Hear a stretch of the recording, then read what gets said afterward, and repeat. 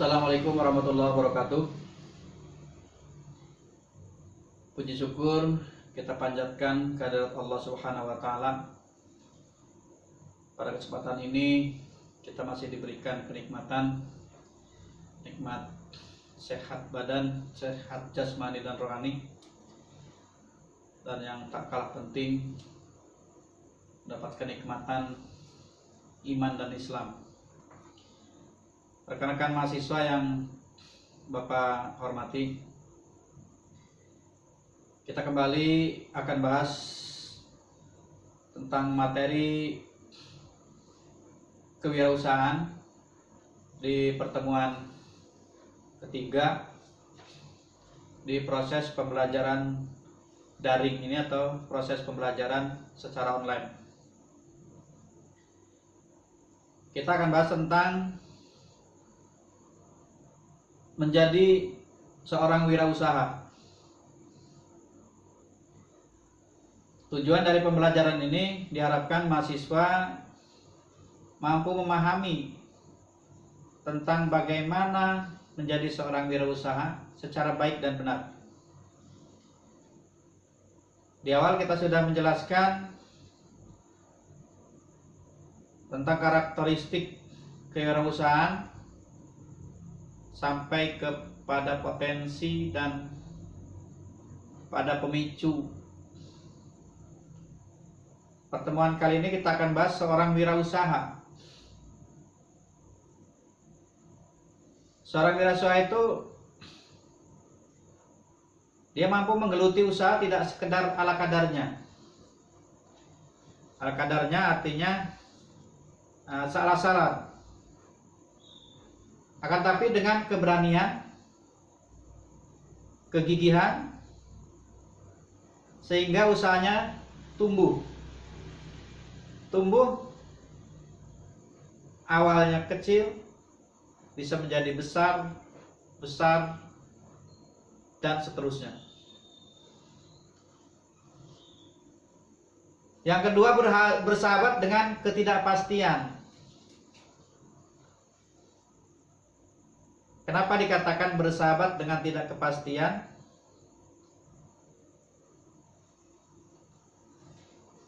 Orang bisnis atau berwirausaha, customernya itu tidak bisa dipastikan. Kadang ramai, kadang sepi, kadang tidak ada sama sekali. Itulah yang dikatakan kita itu bersahabat dengan ketidakpastian. Yang ketiga, menjadi usaha yang real, bukan spekulatif. Spekulatif itu lebih kepada tidak ada arah dan tujuan, asal. Tapi real itu dia nyata.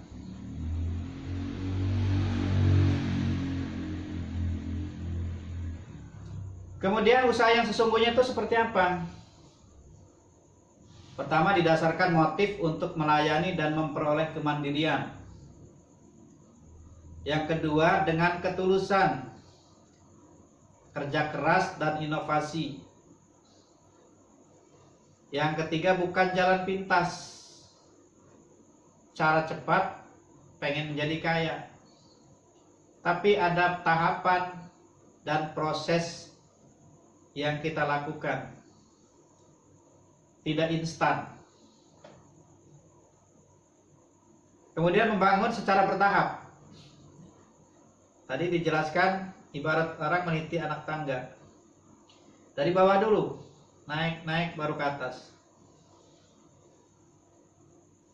Kemudian menjaga nama baik, karena kita akan berhubungan dengan customer, dengan pelanggan. Maka kita harus menjaga nama baik dan membangun reputasi. Kemudian pendidikan, persahabatan, spiritualitas sangat penting. Pendidikan penting kenapa? Orang berjualan harus ada ilmunya. Persahabatan penting kenapa? Karena di luar sana kita butuh orang-orang yang memang dapat bersahabat dengan kita.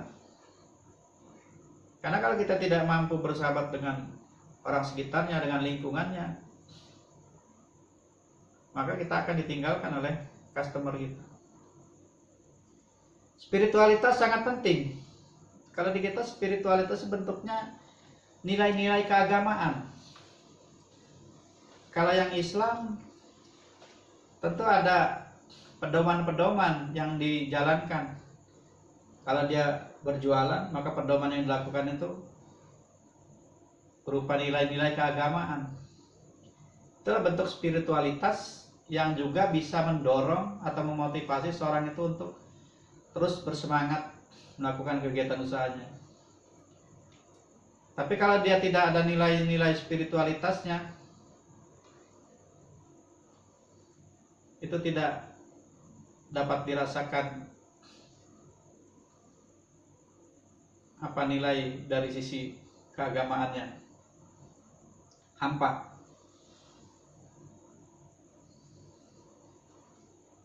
Berikutnya, apa yang biasa kita sebut usaha spekulatif itu?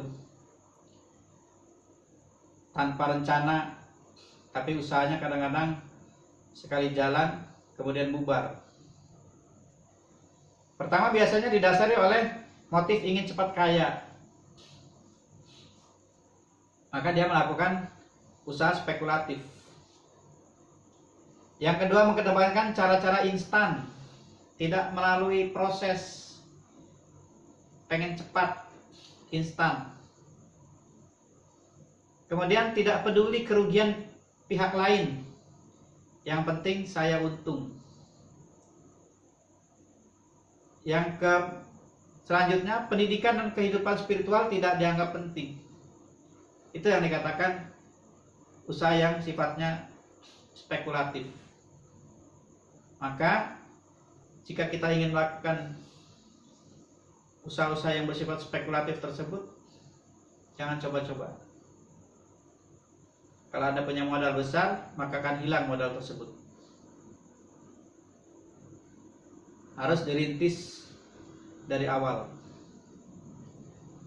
Rekan-rekan mahasiswa, untuk jenis-jenis usaha yang spekulatif, Anda bisa lihat biasanya banyak muncul iklan-iklan di HP atau di TV yang menjanjikan dengan usaha modal kecil dapat puluhan juta, ratusan juta, bahkan miliaran. Bahkan banyak orang yang menawarkan investasi, tapi investasinya bodong. Nah, itu rekan-rekan harus berhati-hati. Jika Anda sampai terjebak ke dalam situ, maka kerugian akan Anda alami. Banyak dapat kita temukan, baik di media online, kadang-kadang muncul di handphone kita, iklan tentang usaha-usaha yang sifatnya spekulatif. Rekan-rekan mahasiswa yang Bapak hormati, ada kata kunci yang mengatakan bahwa tumbuh. Ingat, tujuan hidup kita bukanlah menjadi kaya, melainkan tumbuh. Untuk tumbuh, Anda harus percaya.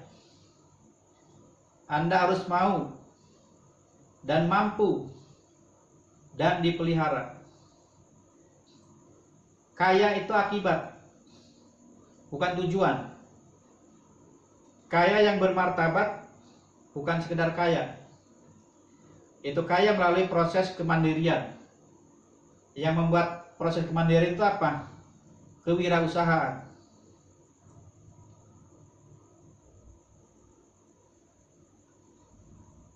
Bersahabat dengan ketidakpastian, ada dua item. Pertama, karyawan dan wirausaha. Jika Anda berada di posisi karyawan, menolak ketidakpastian, butuh rasa aman dan nyaman. Jika Anda posisi sebagai seorang karyawan, jika Anda posisi sebagai wirausaha, bersahabat dengan Pertama, kalau tidak bekerja keras, berani menghadapi risiko, tidak bisa memberi makan keluarga, sehingga dibutuhkan kerja keras untuk menghadapi ketidakpastian tersebut. Kenapa? Ketidakpastian pasti akan muncul dan akan dihadapi oleh semua orang yang melakukan kegiatan wirausaha.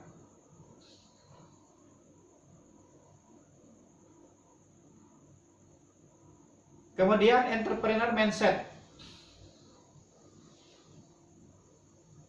memiliki jiwa kewirausahaan. Mindsetnya sudah mindset kewirausahaan, selalu ingin berkembang, selalu ingin melakukan kegiatan usaha. Apa saja poin-poinnya? Pertama, action oriented. Jadi ada tindakan. Kita boleh bikin konsep, boleh bikin rencana, boleh, tapi harus ada actionnya. Berpikir simple, berpikirlah yang sederhana, jangan terlalu tinggi, jangan terlalu muluk-muluk. Yang sederhana saja yang bisa diselesaikan oleh kita secara baik. Yang ketiga, selalu mencari peluang baru. Peluang baru dapat kita lakukan atau dapat kita dapatkan manakala kita bisa menganalisis lapangan. Tadi sudah dijelaskan, kompetitor di lapangan itu banyak. Tapi kita tidak usah pesimis.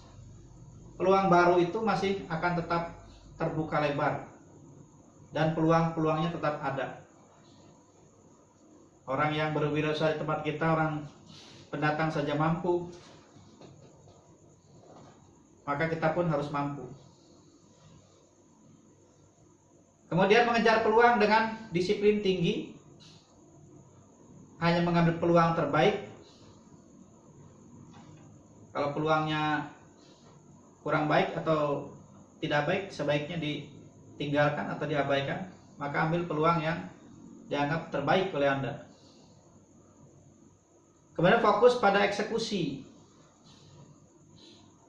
Dan yang terakhir, memfokuskan energi setiap orang dalam bisnis.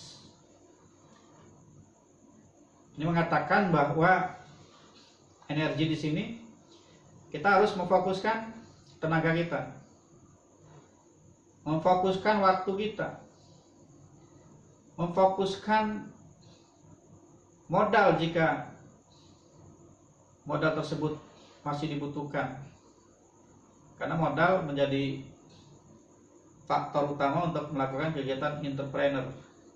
Kalaupun kita tidak memiliki, kita bisa join dengan orang lain, itu sama dengan modal tetap dibutuhkan.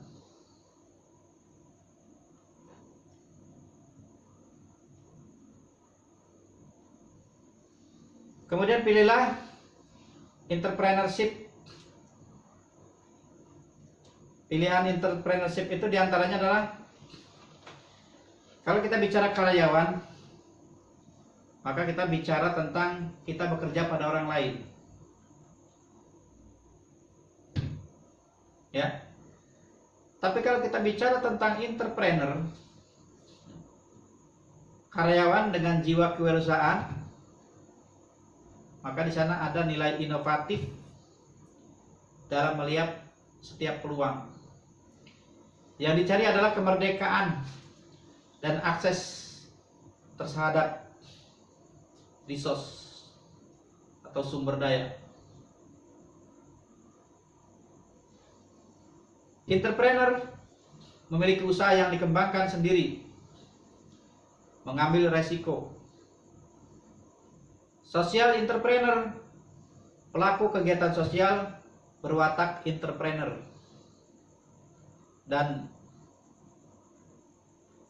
ecopreneur adalah wirausaha dalam bidang lingkungan hidup. Rekan-rekan mahasiswa yang Bapak hormati, yang terakhir ada tip praktis yang mungkin bisa Anda ambil atau bisa Anda contoh kelak ketika Anda akan menjadi seorang wirausaha. Pertama, modal utama berusaha bukanlah uang, melainkan keyakinan untuk tumbuh dan menang. Satu. Yang kedua, bersahabatlah dengan ketidakpastian. Karena bersahabat dengan ketidakpastian, Anda akan mendapatkan tantangan. Yang ketiga, buka pikiran Anda, pelajari hal-hal baru. Be ready. Persiapkan diri Anda dengan baik. Persiapkan diri Anda dengan baik. Dan yang terakhir, bangunlah network selagi muda. Dan jagalah kepercayaan. Rekan-rekan mahasiswa yang Bapak hormati, demikian penjelasan materi yang ketiga ini di sesi daring. Di sesi berikutnya mungkin kita akan dilanjutkan di sesi tatap muka, dilakukan di kelas masing-masing. Oleh karenanya materi ini sudah Bapak kirim, sudah dibagikan. Nanti Anda bisa membuat ringkasan-ringkasannya atau catatan-catatan kecil. Apabila ada yang kurang dipahami, nanti silakan ditanyakan pada saat perkuliahan tatap muka. Demikian yang Bapak sampaikan. Kurang lebihnya mohon maaf. Bapak akhiri. Assalamualaikum warahmatullahi wabarakatuh.